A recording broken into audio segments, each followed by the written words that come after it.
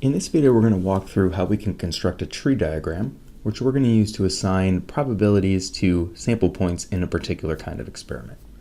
And the experiment that we're going to be dealing with as an example is we're going to have two dice, and each of those die are going to have three sides.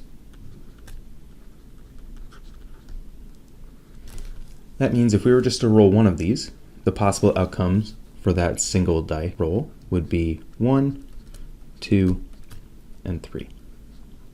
And now we're going to use this tree diagram to figure out what the possible outcomes are for rolling these two dice and the probability of each of them occurring. So to start that off, we're going to start with one die. So we're going to say our first die.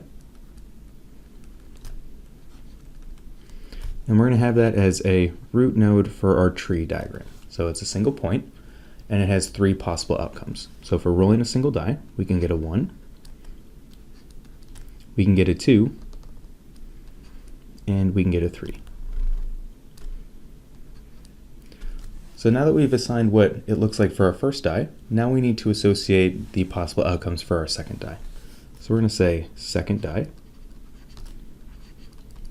over here on the side, and then we're going to have three more branches for each of these possible outcomes. So we're going to have a branch from here, a branch from here, and a branch from here.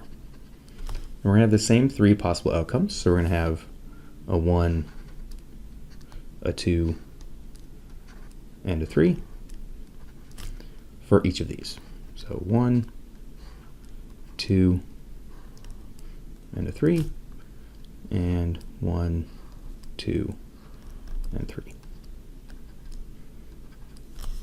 And now, at the very bottom of our tree, we're going to write out what those outcomes actually were. So for example, for the first one, we're going to say that we rolled a 1 for our first die, and we rolled a 1 for our second die, so that's going to be a 1, 1. For the second one, we're going to say we rolled a 1 for the first die, a 2 for the second die, so it's going to be 1, 2, and then 1, 3. And we're going to continue that trend for all of our possible rolls. So we're going to say 2 and then 1, so 2, 1, 2 and then 2, 2, 2, 2 and then 3, and then we're going to continue that for our last one. So 3, 1, 3, 2, and 3, 3. And now we have all the possible outcomes for rolling two die if those die have only three sides.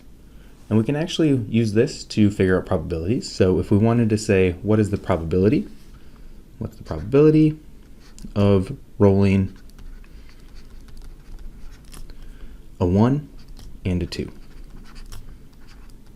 And if we want to look at that, we can see that we roll a 1 and a 2 right here, with a 1 for the first die and a 2 for the second die.